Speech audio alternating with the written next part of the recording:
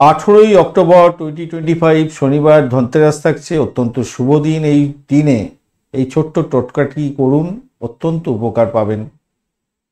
6:55 থেকে 8:25 সন্ধ্যার সময়ের মধ্যে এই কাজটা করবেন, তাতে ভালো হবে। কি করবেন? প্রথমেই 1 মুঠো কালো তিল এবং সাদা চাল অর্থাৎ আতপ চাল 1 মুঠো করে আপনি বড় বাবার মন্দিরে দান করে দিয়ে আসবেন। শুদ্ধ হয়ে স্নান করবেন। একটুখানি লবণ কিনে নিয়ে আসবেন, এক প্যাকেট লবণ কিনে নিয়ে আসবেন। এই লবণ আপনার ওই ওয়াশরুমেতে একটা পাত্রেতে, কাঁচের পাত্রে ভর্তি করে রাখবেন।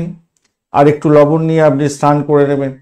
শুদ্ধ বস্ত্রে আপনি পুজো করছেন লক্ষ্মী দেবী এবং কুবেরজির যে মূর্তি রাখছেন তার নিচেতে একটি রূপোর কয়েন দিয়ে দেবেন। আর সামনে একটি ঘিয়ের প্রদীপ জ্বালাবেন, তাতে তুলসী পাতা দেবেন আর 2টি লবঙ্গ দেবেন।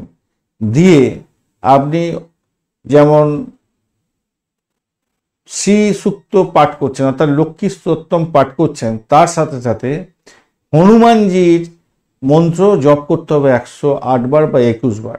ওম হনুমন্তে নমঃ এই মন্ত্র জপ করুন।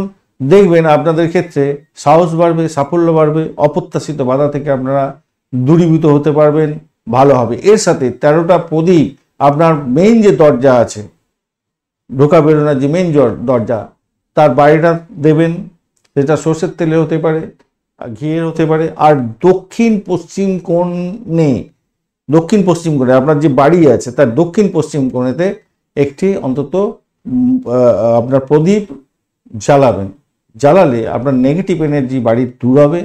আপনার যে সমস্ত সমস্যাগুলো আছে সেই সমস্যাগুলো দূর হওয়ার সম্ভাবনা প্রবল থাকবে। অবশ্যই করবেন, এই ছোট্ট উপায়টি করে দেখুন, ভালো থাকবেন। আর কি